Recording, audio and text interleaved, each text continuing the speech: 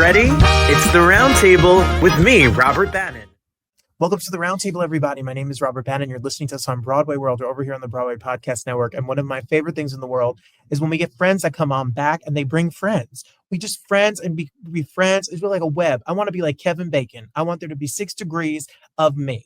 I just want you to be like, okay, so who was on the show today? You know, Richard Walter. Well, he was on the Roundtable. This is what I want. This is what makes me happy. So we had a conversation about a show about the people who make the champagne, we're going to find out what we're going to do is we're going to find out where the show is playing for a whole entire May 29th to June 8th out in Pittsburgh. I've never even been to Pittsburgh. Why have I never been to Pittsburgh? It's a musical theater city. Carnegie Mellon's out there. All these famous Pittsburgh people are big fancy musical theater people. So I'm going to get the scoop. Richard is here and he brought a friend. Lisette is here as well. Welcome to the Roundtable. Welcome back to the Roundtable. And Lisette, welcome to the show. Hi. Hey. I warned Lisette. I told you, Lisette, the show is a roller coaster. It's a messy time. I'm so in for it. But it's the best time. Well, Richard, welcome. How are you? So good. How are you? Where are you right now in the world? I'm good. Thank you. Right now, we are in a hotel room in Pittsburgh because we are in the midst of rehearsals for the world premiere of Madame Cliquot.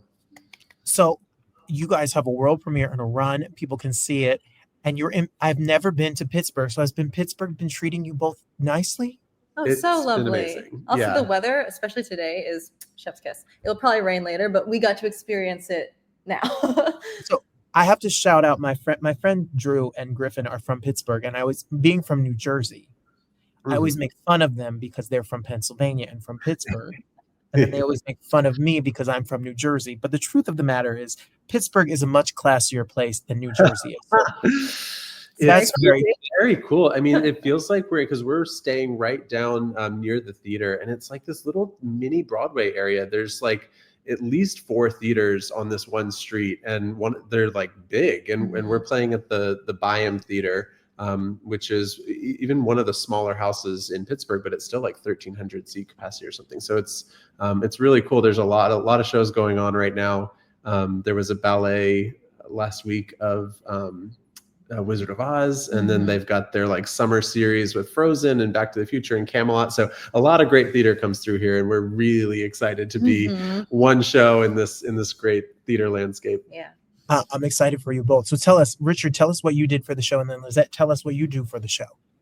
Yeah, so we are the co-writers. So we're both book, music, and lyrics. We share everything for this show, and we've been developing this show for a little over 7 years now. So it's been a long time coming, and we're really grateful to finally be seeing a full production of it. It's kind of everyone's dream when you start writing a show, and it's a dream that often seems very out of reach, especially for a show like this, which is kind of big. It's an epic show. And yeah, it's a cast of 34, and it's a pit of 14 musicians, and it's like just huge numbers, big dance, it's just so sweeping. It's fun to bring something like this when there's been a lot of smaller scale shows recently. So kind of reminding the world of this huge way of doing theater. It's fun. Well, before we get ahead of ourselves, I have questions for you, Lisette.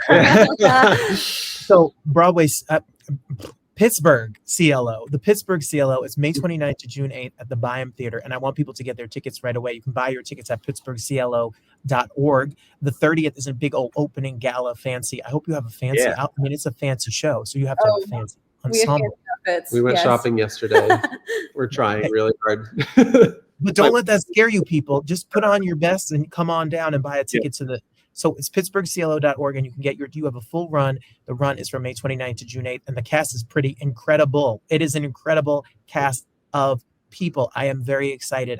Paulo Montalban is maybe the cutest, nicest, sweetest person in the entire world. And we all grew up with him in Cinderella, and he's so sweet. And I interviewed him at a red carpet, and he said, "Can I take a picture with you?" And I said, "Why?" That is Paulo.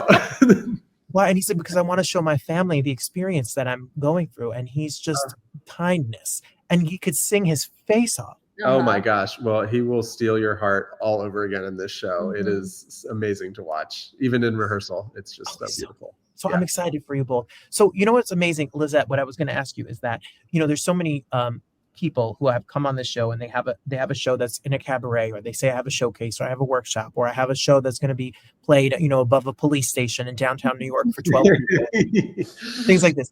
And then they have this dream. They spend years of their life working on something, and it's beautiful and amazing, and it never goes anywhere. Is there a moment where you guys, now that you have a run and there's a budget and the show is going to be done in front of people and you get to put on a production that you want, it's got to feel like a hole-in-one, like a grand slam home run? Like it has to feel pretty amazing. It's kind of indescribable. We dream of this moment for so long, and we've been picturing it and imagining all these scenes, but actually seeing it in front of us is a whole other level. I've been in theater my whole life. I've been in shows. I've created shows, like choreography, direction, all these things, but I've never been a writer seeing a show fully done before. So there was even a rehearsal a couple of days ago.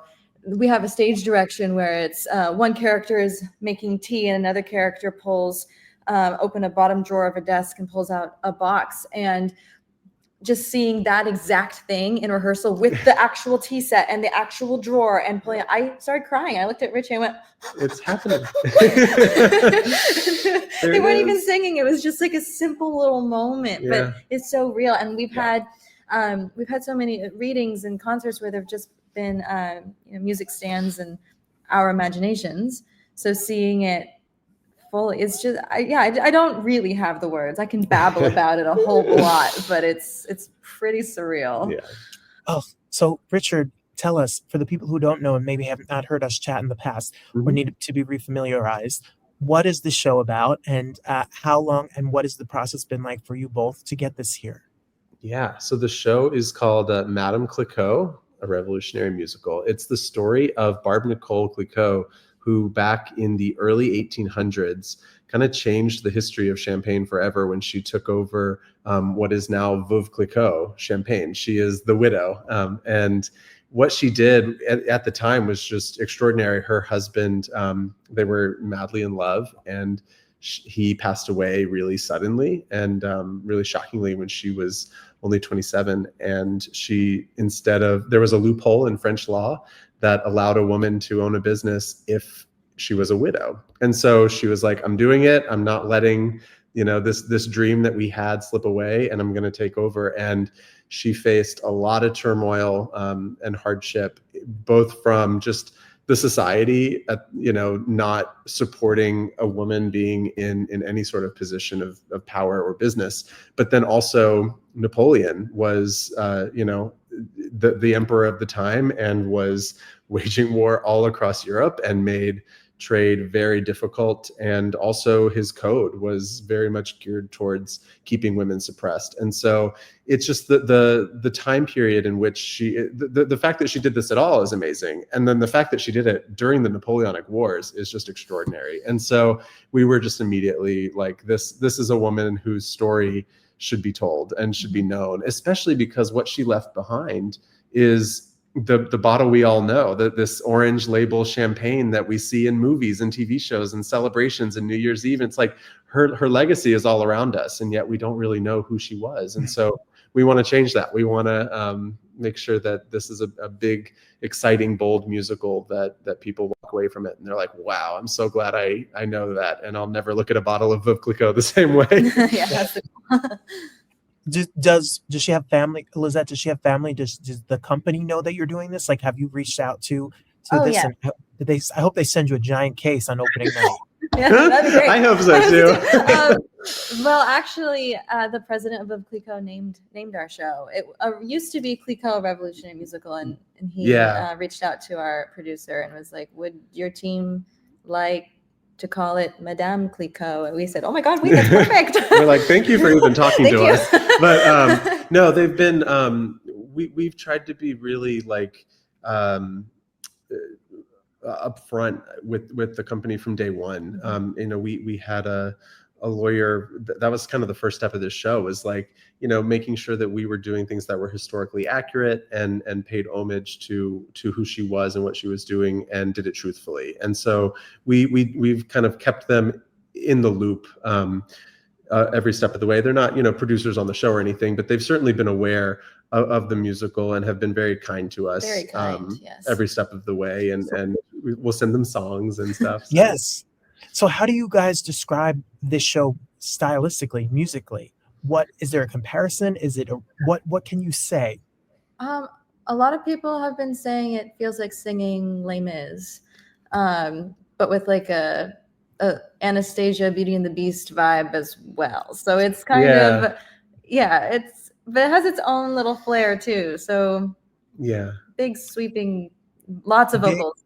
A good, big, sweeping, giant, old school musical. Yeah, that's kind of what it is. Yeah, with 9-part harmony. We've got the infusion of French flair kind of throughout, but we really just we're so inspired by those big musicals like Les Mis and Anastasia, and Stephen Schwartz's work, and Ahrens and Flaherty, and just a lot of this like really great theater that we grew up with, and so we've kind of stuck to that, wanting to keep it big, and the vocal writing and orchestrations have been really cool to hear come to life, because it's just a cool sound when you have 34 people that are singing these intricate harmonies and these big group numbers and dancing, and it's an exciting sound for us.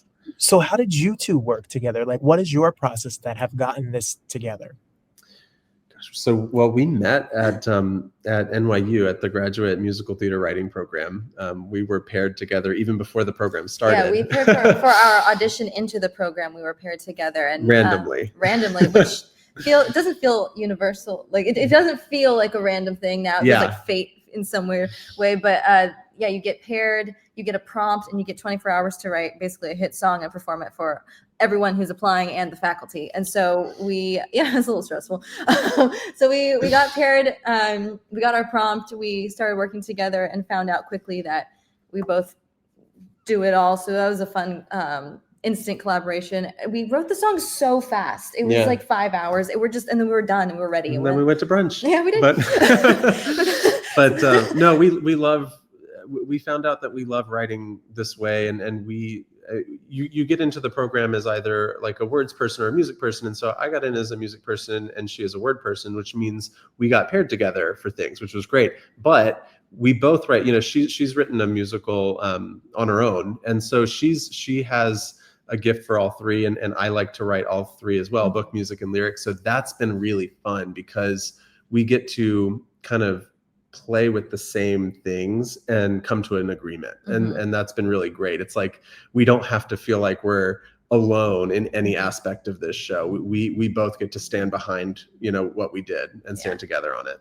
Yeah, I think that's so exciting. I think it's such a while you were talking, I was once working in New Jersey, teaching in New Jersey, and a teacher who told me that their daughter was married, not as fancy as yours, but was marrying the Entenmann's like donuts and crumb cakes, and like that you buy in the supermarket. That their family, they had a granddaughter, and he was marrying the granddaughter, and it made me think like every brand in the world, there is an inventor and a creator and a family that built this gigantic company that we have no idea about. Yeah. Mm-hmm. Yeah. And then you find out that they're getting married on a private island in the Bahamas, and you wish you were married into a and big you're like, giant no, that makes sense. right. So Lisette, how did you find the information about her to write this? Well, it was actually this guy here who brought the idea to me, and I'm so grateful. But his family is celebrated with this wine, and he knew this story, and it was like a lot I love history, and this actually. Probably, I don't remember when undergrad was. It was 15 years ago. When I was in college, I was just kind of reading about this because I was like, let me just see. And I started to read like letters and just things that she had written, but also things about her. And I was like, this is a really interesting story.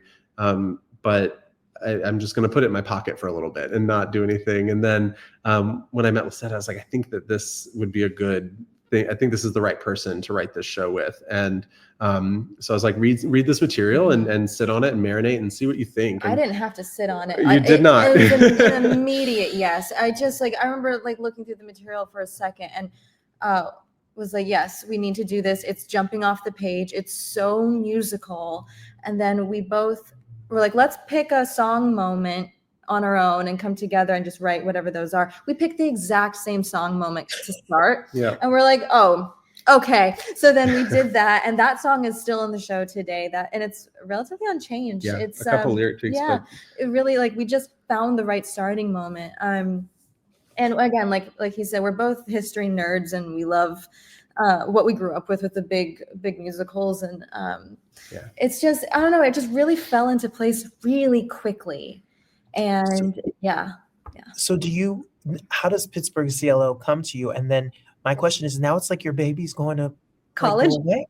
Yeah, because now you give it to a director, an artistic director, and a cast, and a choreographer, and a music director, and it's your baby, but it's grown up now. I feel like it's like when a parent says like, thank you for loving my baby. And it's like, I feel that way in these production meetings, because all these people and we're sitting around and there's probably 50 to 60 people in these meetings, and there's lighting and projections and sound design and props and set design. And it's like all these things.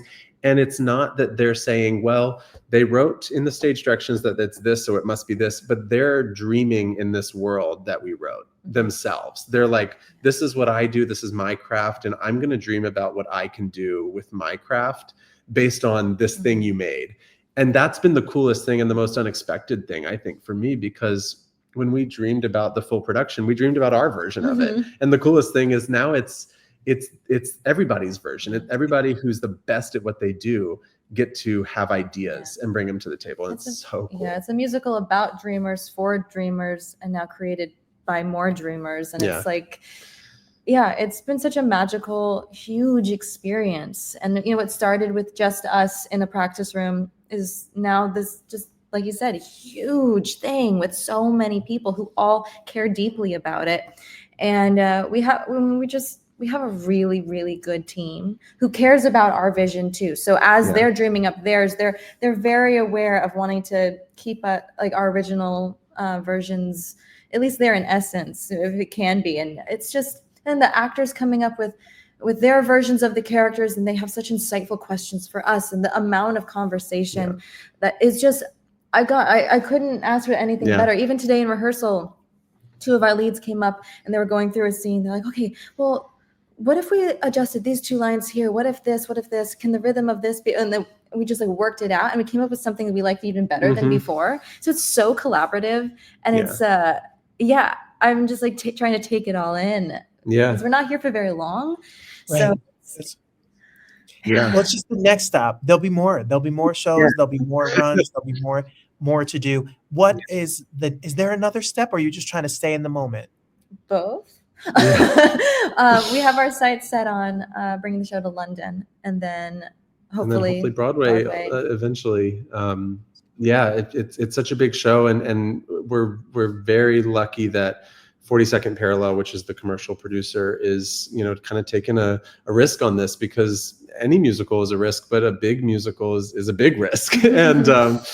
And so especially a new work that isn't been previously done. This is a brand new story and fully original, and so it takes time to develop, and so we're lucky that they kind of, anytime we're like, we really want this to be a dance number with like a lot, and they're like, cool, well, we'll make that happen. Like, they don't say no or push back a lot. They let us kind of fully dream about it, and then we can refine it as we go. But I think, and same thing for Pittsburgh. We're really lucky that CLO is also like, let's take this on and do this. This is a big new work, but we're game for it. Yeah. May 29th to June 8th. Byham Theater in Pittsburgh. You got to get your tickets. I'm hitting all the buttons. I'm hitting all the wrong buttons. PittsburghCLO.org. PittsburghCLO.org is where you can find out all the information for this. When this show is in front of the audience, when it's May 30th and everyone's in their black tie or their fancy outfits and it's opening night, what are you both going to feel? Are you going to cry? Richard, you're going to cry, Richard. My hands just started sweating when you said that. When I started picturing it. Yes. Oh my gosh. I'm going to cry. As soon as the orchestra starts tuning, I'm going to cry. It's crazy to think about. I mean, even at the readings and everything, we've gotten very emotional. So the idea of the lights coming. Oh, when we did a concert, we were in a theater, and just the lights going from like full to half was enough to send me. Any little change in the room will really just nothing is safe. Yeah, and my fingernails are like. Congratulations to you both. I'm so excited for this show. I'm so excited. I hope you come on for the next iteration. I need you all now. You have to just come on every time the show is doing something somewhere. Please come back and tell us about it, because we're going to follow you through these years and stages and seasons of the show so we can see what's next for it and watch this baby be born around this world.